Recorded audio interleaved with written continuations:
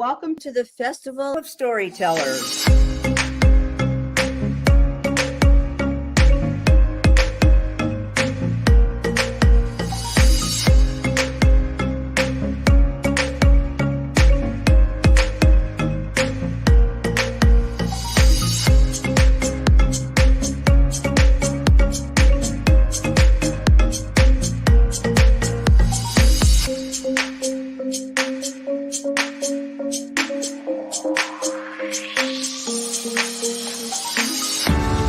I can't tell you how excited I am to be on right now. It's been a couple of weeks of excitement, getting prepared, and I've done a lot of things in my life, but this has got to be close to the top. Thank you, and Reader's Magnet, and thank you, John, for putting this forth and taking the chance on us authors in presenting this out to the world. I've enjoyed this immensely, Joanne. Ellie, so have I. Thank you for who you are, and thank you, Reader's Magnet. You all are beautiful, and you've worked so very hard, and we are blessed. We are. I thank everybody that's involved with this process, because we know writers need readers and writers need publishers. We thank Reader's Magnet and everybody that's involved. I love Reader's Magnet. They say, we share your stories with the world.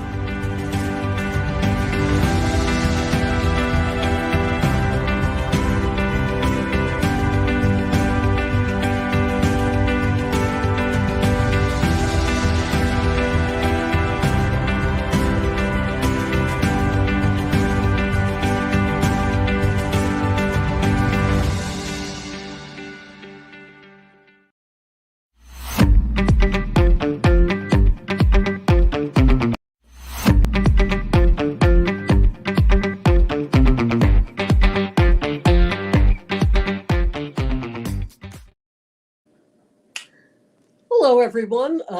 Good afternoon if you're on the East Coast. Good morning if you're on the West Coast. I guess if you're in the middle of the country, it's around noon. So good noon. My name is RHONDA RUBINSON. I'm the author of Lessons of the Spirit, which is subtitled A Christian Spiritual Companion for Your Breast Cancer Journey. It has also been translated into Spanish by the assistant priest at the church that I worked at until last Sunday. So we have a Spanish version of exactly the same book called Lecciones del Espíritu, which is the same text in Spanish.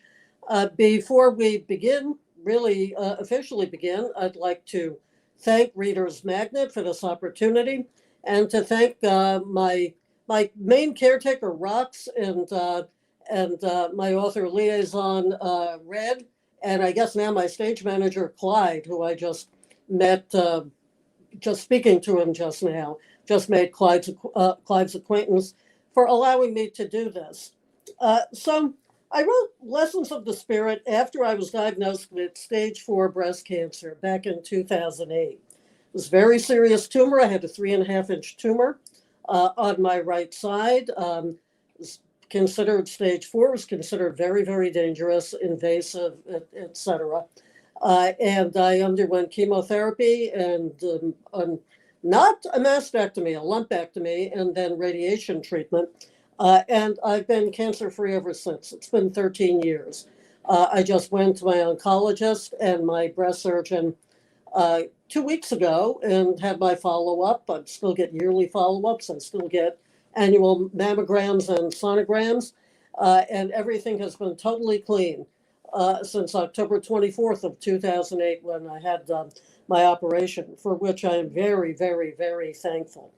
As I went through the process, I'm an Episcopal priest. You can see I'm wearing a collar. In the Diocese of New York, I live in Manhattan. I knew that if I were to go through this process, I wanted to help other people go through it too. No matter what the outcome, you can't tell what the outcome is going to be when you start something like a cancer journey. So I began taking notes as I was going through the process. It wasn't really a diary. It was notes here and there. And after it was over, I felt compelled to put it together into a book for a number of reasons. There's kind of a gap in the information that's available out there for people who are undergoing not just cancer treatment, but treatment for any serious disease, any serious accident, I guess even COVID, any sudden really drastic challenge to your health that you may be undergoing. There's kind of a gap in spiritual resources. There's plenty of information, medical information online and in print. There's plenty of information about, say, what hospitals are best, what doctors are best. But there's not a lot of spiritual guidance out there, and that's what I felt compelled to give. So this book is part autobiography, part meditation. There are prayers in here. There's also advice in here for caregivers. And the reason that's in there was because I realized as a priest, I was a priest for over 8 years before I was diagnosed with cancer. And I had dealt with many people with cancer. And as I was dealing with them, I kind of knew that I didn't have exactly the right words or the right approach. I knew that I may be making mistakes. I knew that I may have been saying things that had unintendedly harmful effects. And I'm glad that I went through the process so that now I can help other people interact as you give care, as you support people who are going through this particular journey, whether it be a loved one or a friend or a colleague. What you can do, the attitude you should have, the sorts of things you should say. You can say the things that you absolutely should not say. So there's a section on that in the back of this book for caregivers. So that's why I wrote it, and that's basically what it is. It's the kind of thing that you can dip in and out of as you go through the process, and it's the kind of thing that will help you stay spiritually strong during the process of dealing with any kind of health challenge. Because health challenges aren't just health challenges, right? They also are challenges to your mental health, to your emotional health, to your spiritual health. The physical aspects of it, in some ways, are, I don't want to say the least of it, but they're the ones that can be fixed by doctors. The other stuff has to be dealt with, maybe with other professionals, and maybe with clergy, and maybe with with therapists or counselors. But you can also do a fair amount yourself in terms of prayer. What is the genre of my book? I've been asked that a lot, and it's a little difficult to pigeonhole. I guess it's spirituality, probably foremost. It probably also is, to a certain extent, even though I dislike the name, self-help. And it also has to do with, I guess you can call it a cancer advice book. But I would pigeonhole it, if I were to genre it, it would be a spirituality book, because it deals about being whole spiritually while going through this process that is so difficult physically. Because anybody who's gone through cancer treatment knows chemotherapy is very difficult. That the challenges of that are different than the challenges of surgery. Challenges of surgery are different than the challenges of radiation. And those can be analogous to the things that you go through for other ailments, or, like I said, even accidents, or something like COVID. The testing, going through testing, constant evaluation. What happens after your treatments are over with, and all of a sudden you're not seeing doctors all the time? All of those are aspects of treatment, and even how you cope years out, because it is so traumatic to be diagnosed with something like stage 4 cancer, or hear any diagnosis that is life-threatening, and that is going to change your life, and that is going to be the beginning of a journey. So I hope that helps answer that question. My particular journey took about 9 months from beginning to end. I was diagnosed in May of 2008, underwent chemo over the summer, a lot of chemo, several different courses of chemo. I was bombed with chemo, partly because I'm what is called a triple negative. I'm also BRCA negative. For those of you who know the language of cancer and breast cancer, that will ring a bell to you. Nowadays, they can test to see what drugs should work on you by looking at the markers in your blood. They can't really predict how well they're going to work, but they can pick some drugs over other drugs, some treatments over other treatments that are more likely to work. And they happen to work incredibly, unbelievably well, for me. They basically got rid of the cancer, got rid of the 3.5-inch tumor, and there really wasn't much left to be removed during my lumpectomy. And then they just go ahead and clean it all up. I had 7 weeks of radiation, daily radiation. This was now 13 years ago. And even since then, there have been advances. So there were treatments now that were not available then. And I was fortunate back then actually to be diagnosed when I was, because I would have instantly had a mastectomy only a few years before.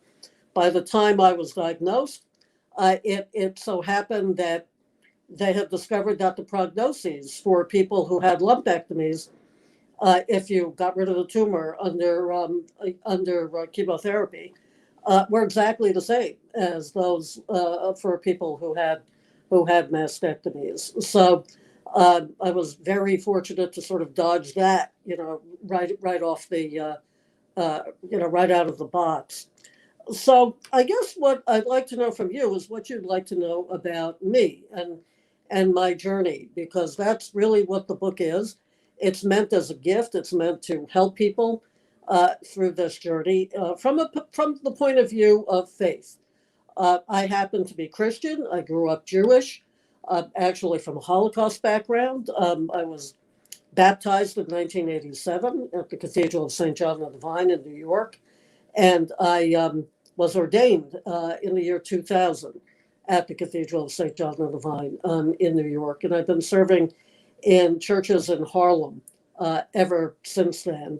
And it's been an unbelievable journey. And I have to say, the church that I was at when I was diagnosed was incredibly supportive and helpful to me as I went through the journey. I offered to resign or go on long-term disability, and they said, no, we're going to help you get through this. Whatever you need, we're going to help you. And they sure did. And they're a praying congregation, and their prayers, I'm very convinced, really, really did help me get through it. Let me read you while you're thinking about what to put in the chat, if you are going to put something in the chat. Let me read you the table of contents just to let you know what's in the book. And by the way, if you go to my website, and if you can see it's www.rondarubinson.com at the bottom of the screen, there are excerpts from the book there. There's which you can read, and there's also ordering information. It's better not to order from Amazon. It's better to order from the publisher. How did I handle the journey despite the pandemic? My journey was over way before the pandemic, but there are plenty. My journey was over at the beginning of 2009, many years before the pandemic. But there are people that I am working with who are going through this and who have gone through it through the pandemic. And the answer is that they all managed to get treatment one way or another. Even in New York City, which was really doing not doing non-essential medical treatment for quite some time at the beginning of the pandemic, because it was all COVID all the time. But cancer treatment was always considered essential. So there was a lot of extra precaution.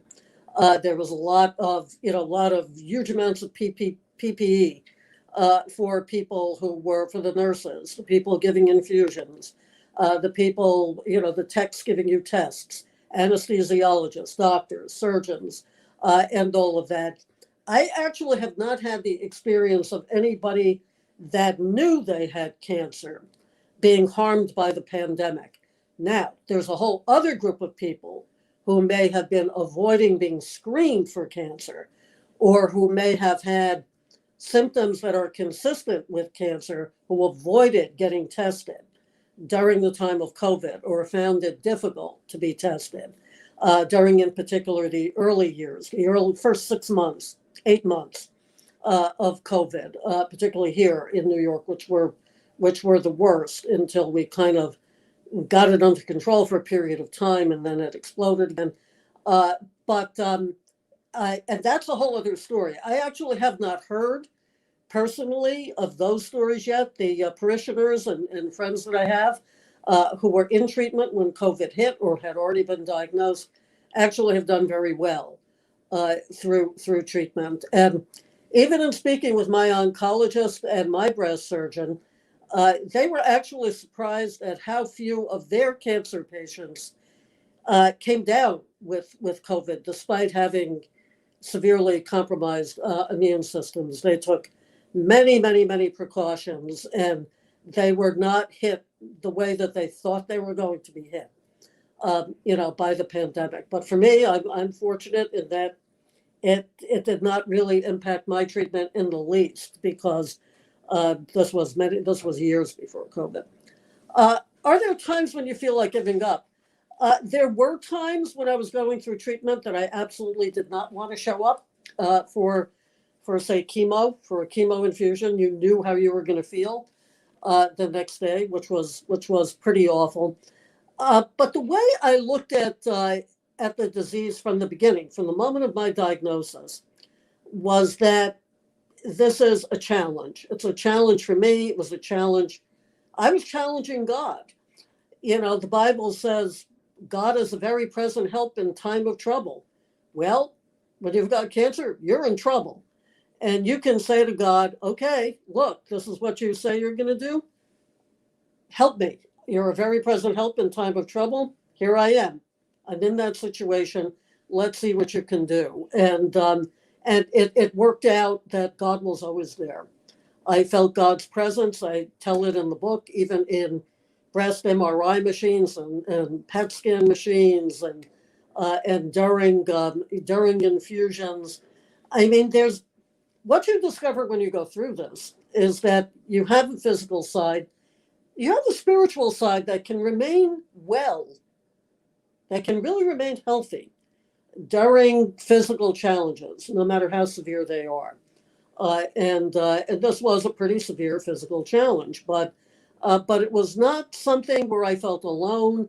It wasn't something that I ever felt like particularly giving up. And for whatever the reason, I had the sense at the beginning, even from time of diagnosis, that this was something that I could use to help other people.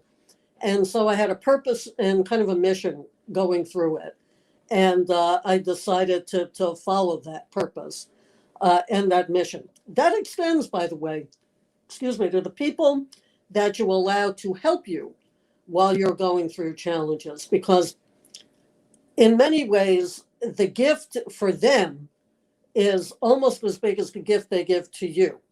I had people offer to take me to chemo infusions, for example, who had friends who lived across the country that they could not be with, who were going through breast cancer, and who felt the need to help somebody that was in that situation, even while they couldn't help their friend who was going through it across the country. They couldn't be physically present for them. Or people who were grateful to me for doing something for them when they were in need. And this was a way to give back. I say in the book, and I would tell everybody to, everybody needs privacy to a certain extent during this process, but try not to cut yourself off from people who can benefit from helping you and who you can help by allowing them to help you. How did the cancer get started? Are there any symptoms that I started that were unusual? They don't know how the cancer started. My doctors were very clear when I was diagnosed that they were seeing a lot of what I walked in with, which was just a premenopausal, perimenopausal, large, sudden, invasive breast cancer that does not have genetic roots, and that was really kind of impossible to trace. They believed that it was environmental in some way, and that it would really be completely impossible to pin it down. There are so many toxins and so many pollutants and so many things that affect in particularly our reproductive systems these days, in the air, in the food, in the water, in radiation, all kinds of things that are out there that can possibly provoke a cancer. They really didn't have any idea where it came from. The reason I went to a doctor to begin with was because I felt after working out in a gym at the Columbia University gym across the street from me, I felt a very large, what I thought was a muscular swelling in right at the top of my right breast. I thought I had injured myself during a workout, even though it didn't hurt. So I went to a gynecologist, and she put her hands on me and freaked out and told me that she thought it was a tumor, and immediately sent me off to a breast surgeon like that day because she was so frightened for me. But I didn't have pain. It just was this thing, that showed up at the top of my right breast. And like I said, it was big. It was 3.5 inches when it finally got imaged. And it was, stage 4 invasive invasive carcinoma of the breast. And which shocked me, surprised me. I didn't have any background of any reproductive cancers in my family. There were some minor skin cancers. There was no history, even though I am of Jewish heritage. Like I said, I don't have BRCA gene mutations, and this was later in life than a BRCA gene mutation would have showed up generally, not all the time, but generally. So yeah, if you feel anything that's unusual, go to a doctor. Go straight to a doctor and get it looked at, get it diagnosed, and get it treated, whatever it is. Prayers are that it isn't anything serious, but if it is, the sooner you catch it, the better. And I didn't catch it right away, but this was something that at least once we caught it, it wound up being handleable, by the chemo and by the surgery and by the radiation. So yeah, I want to go back to something I was saying about community and how important community is when you are going through something like this. I'm a single woman. I was never married. I don't have a partner. I don't have children. I have a family. At the time that I was diagnosed, my mother and my stepdad, who have since both passed away, lived in New Jersey. My stepdad had Alzheimer's. My mom was really not capable of helping me out. And I have a brother and his family who live in Baltimore. So they were not really on site. I mean, they did what they could, but they couldn't be here with me. They have lives that are entirely centered around work in Baltimore. So one of my first worries was, how am I going to do this physically? How am I going to do it? Who's going to help me? How am I going to get back and forth to appointments? Who's going to buy me groceries? Who's going to, help me with laundry? Who's going to, how are things going to get done? I put myself on a prayer list, on an online prayer list through the Cathedral of St. John the Divine. And I told the people that I was working for at the time, who were at Barnard College and the church that I was at.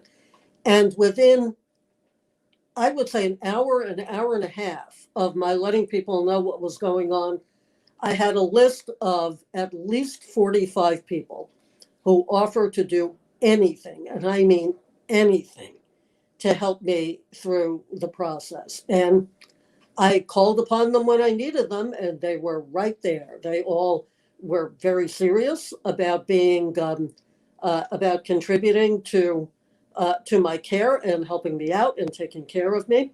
I also am fortunate to live in a building that has a housekeeping service connected with it, and I'm actually close friends with many of the staff, including one of the housekeepers who I gave last rites to her mother. I consider her a friend, not only somebody who works in my building. And they were absolutely indispensable in helping. If you need help, God will give it to you. If you don't have the people, directly in your life related to you, who are sort of by blood or close relation or very close friendship, somewhat obligated to help you, God will get you the help, but you have to be open to it. And I find a lot of people want to cut themselves off when they get diagnosed with something like this. Either they're ashamed of it, or they're afraid of being a burden. For many of the people who helped me, I don't want to say they were happy I had cancer, but it was a joy for them to help me. And it was, it really turned out it opened my eyes to a part of humanity that I had not been privileged to really experience up until that point. So accept the prayers, accept the help, of course, keep people from being invasive. A lot of that advice is in this book: what to offer, what not to offer people who are in this situation, and again, also what to say to people who have been diagnosed with something serious, or who have had something very serious like this happen to them. That is analogous, but not exactly identical. Are there any other questions in the chat? Let's. Again, I'll go back to reading some of the chapter headings here. The prologue is called "How Did I Get Here?" because I think most people don't know how they got there. Most people just suddenly find themselves in the land of cancer without knowing how they wound up in the land of cancer, and that that's the way to begin to address this. Chapter 1 is for the patient, coping with diagnosis and treatment, faith in practice. So this book is somehow based on my experience. Yes, it's very much based on my experience. What I said at the top was that I kept notes while I was going through the process, and it wound up being not only my experience, but the experience of others that I met and talked to during the treatment and during the during the course of what I call the journey through cancer. So it's partly autobiographical, but it also comes from the point of view of an Episcopal priest, somebody who is also interested in how prayer, meditation, your relationship with God, your relationship with your faith community can help you through this process. How it can be indispensable, really, in getting through it. So in the first chapter, coping with diagnosis and treatment, faith and practice, there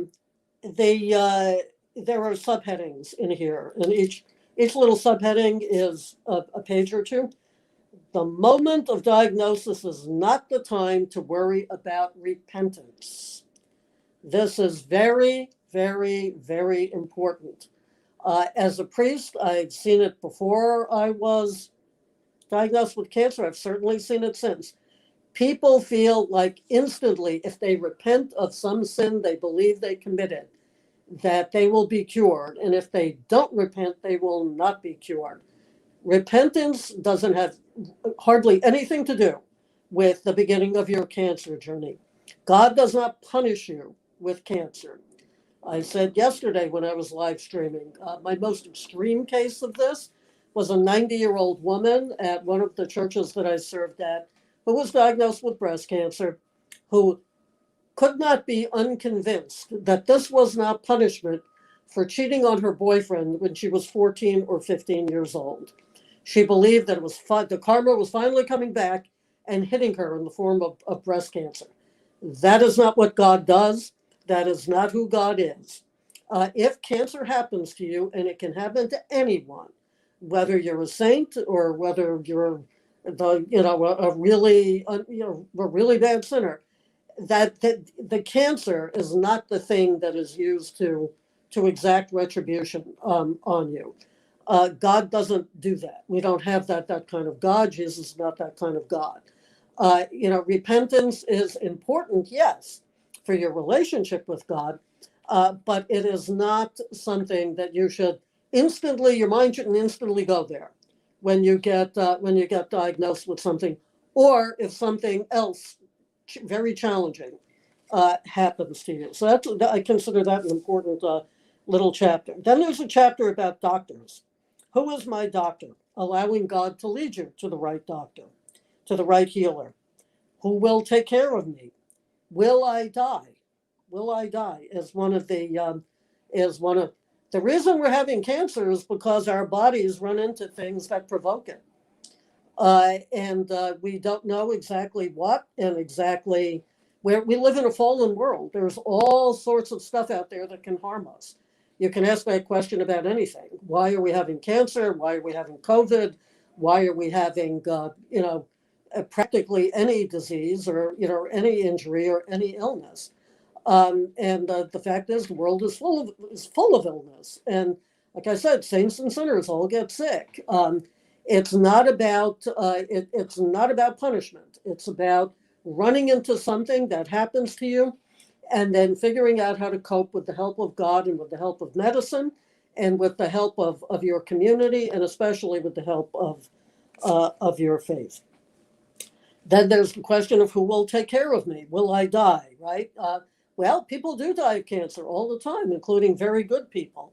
That doesn't mean that there wasn't healing that happens in the soul while you're going through the journey. It doesn't mean that God can't heal you on either side of the line of life and death.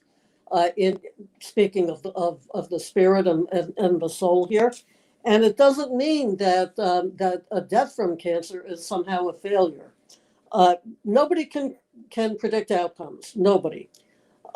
You have to go through the journey and trust what you're doing and trust God and trust the doctors.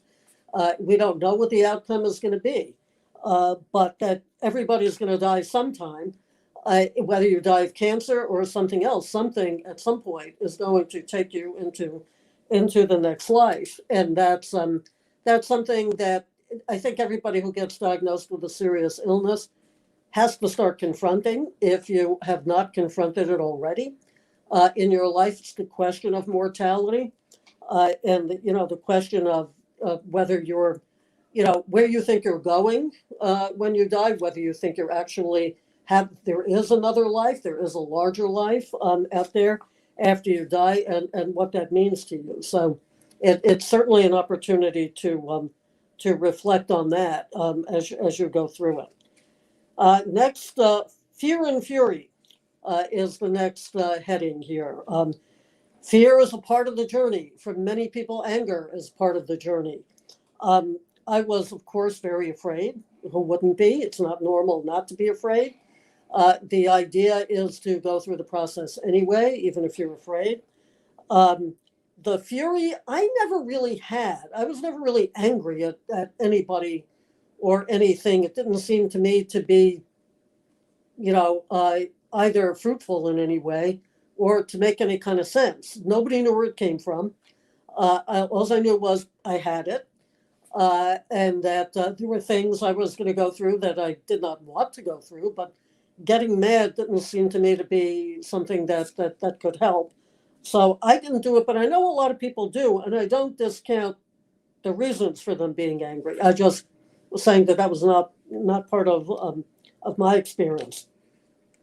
Next subheading, half of life is just showing up, meaning just show up for it. Just show it.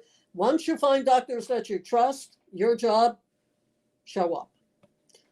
If that's really it. You don't have to control it beyond that. You don't have to even really worry about it beyond that. If you're, of course, be vigilant, but just, do what they tell you to do. It's really not a decision-making process. And for that reason, I do have a little subheading called to Google or not to Google.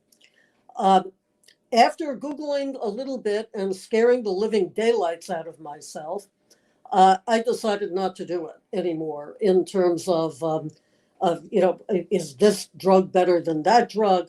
Or is this, better than, once you have doctors who are trained to decide this, you can drive yourself crazy with a little bit of knowledge, but not training and not expertise. I'll give you an example from my treatment. At the very beginning, when I was imaged, it showed that if I had any kind of operation ever for the cancer, they would have to take out my chest muscles and part of my shoulder, and I probably would lose the use of my arm, and I would be very, very weak on my right side. You can see that didn't happen. My right arm is fine. But it scared me so badly. I went in for my appointment with my breast surgeon the following week, And I was shaking and, in near tears. And my doctor said, what's wrong? I mean, anything beside the obvious. And I said, yeah. I said, did you read the results of the MRI? She said, yeah. What about them? I said, am I going to lose all my chest muscles? Am I going to lose the use of my right arm? And she said, no, no, no. She said, that kind of thing is overread all the time on MRIs. They said that about practically everybody who has a tumor in your position. She said, I know where your thing is. She said, I can avoid it when I operate on you. You absolutely will not lose the use of your arm or the use of the upper right side of your body in any way. And in fact, that turned out to be the case. Had I just relied on reading what I read and taken my judgments from it, I was a basket case for a little while until I talked to the doctor. Trust the people who have done this a lot, who talk to you like you're a person, a whole person, who work with other doctors as a team, who are willing to be inventive with you, and tailor the treatment to you. Bob, how many years did I struggle with cancer? Well, I only had the cancer for less than a year. Now, that doesn't mean that I haven't struggled with the aftermath in the sense of, the treatment started in May of 2008, continued over the summer through August of 2008 with chemo. Then I had the operation in October 24th, 2008. I consider that my healing day. And then the surgery had to heal up. And then I had radiation, I think through the beginning of February, January and February of 2009. So I only had the cancer for 9 months. Now, it does take quite some time when you've had the kind of chemotherapy that I had and the amount of radiation that I had to get your strength back and to get your hair back and, to sort of return to what is now your new normal, because your body changes under treatment. You have a new body that can't do things that it did before quite as well, and and can do other things just fine. It's going to be different for everybody, but of course it changes you. But in terms of the strength perspective, and in terms of getting the chemo really completely out of your system perspective, that was another year and a half. Until I just kind of woke up and forgot about it and was not aware that, that I had the chemo and, sort of put it in the completely in the rear view mirror. Now, that being said, every time I go for a mammogram, every time I go for a sonogram, every time I go see my oncologist and my breast surgeon and get the blood tests, from them, I get very, very nervous, probably a week to 2 weeks before those things are in my calendar. And I will start building up, because you get a form of, I guess, it's not full PTSD, but there's an elements of a flashback that you get from going through the process. And I know an awful lot of people who have been through cancer treatments who have exactly the same reaction when they go, for their follow-up testing, even to this day. And like I said, now I'm 13 years out from this. I consider myself cured on October 24th, 2008. So I had my 13th anniversary. And that's going to be with me. I'm going to live with that, the rest of my life. Obviously it's gone. If anything else happens, I can be related, to what I had. I don't believe anything else is going to happen. But that doesn't stop me from having the consciousness of it, and from, occasionally freaking out if something transitory happens in my body that I'm aware of. So you live with that forever after you've had a serious cancer and you've gone through treatment, really of any sort. Thank you for the question. Praying in a tube is another chapter here, another subchapter. How to get through the very frightening tests sometimes that you have to go through. I found the PET scan with the radiation particularly upsetting. They give you a letter that says you can set off radiation detectors outside, and you should show them the letter that you're not a terrorist. You had a medical test if you set off radiation detectors. I found breast MRIs very claustrophobic and very noisy and very hard to deal with. But there are ways to get through it, and you can pray your way through these tests, even if you're in a tube. Then there's a little chapter about hair. I hated losing my hair. I hated it. I'm not particularly vain. I never really paid much attention to my hair before I started treatment. When I lost it, all of a sudden, I paid attention to my hair. You look in the mirror and you look like a cancer patient. And it can be very, very devastating. I know other people who have had less of a problem with it. I had a lot of emotional and emotional challenges with it. But the other part of that chapter, it's called Hair and Angels Unexpected. Angels Unexpected. The day that I had to shave my head because I was losing my hair, that woman that I told you about before, who was a housekeeper in my building, knocked on my door to bring me something. I forget what. And she was the first person who saw me with a shaved head. I was afraid to go outside. And she looked at me, and without missing a beat, she broke into a wide smile and said, "Man, you look cute without hair." And that's what I needed to hear. That's what got me out of the door and back out into society, because I was going to hide under the bed, really, seriously, for, until everything was over. So God will send you the right person, to help you get over what you need to get over, and, and do what it is you need to do. But you have to be open to it.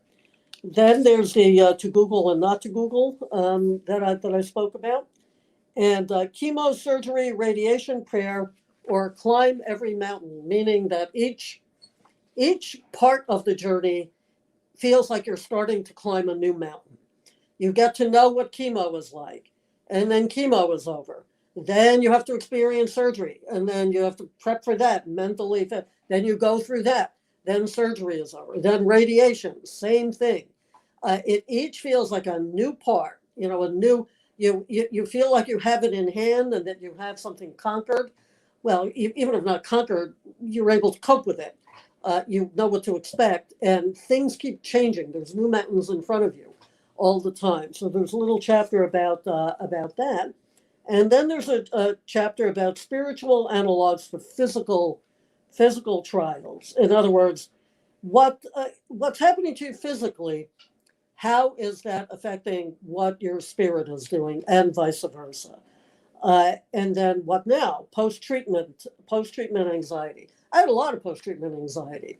After I finished all of my treatments, and suddenly I didn't have to go somewhere every day, and nobody was calling me every day. And now I was getting follow-ups, months, with months in between.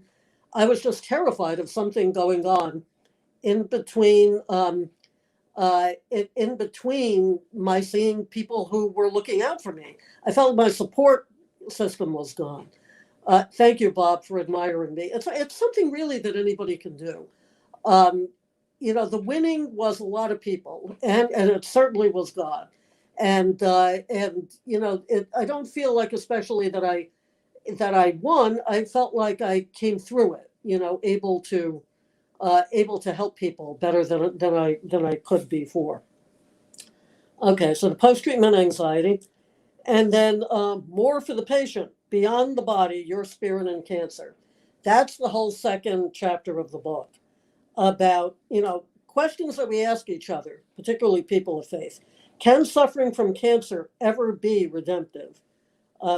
Jesus couldn't take the nails out of his own hands and climb down from the cross, and neither can we. Communion and chemo, if you take communion. Observing a Sabbath from cancer. Keep on keeping on, continuing your prayer life, no matter how you feel, and praying for others too. Be open, let your spirit be open. Putting cancer under the blessing, allowing God to use things that are happening for ill to us to be a blessing.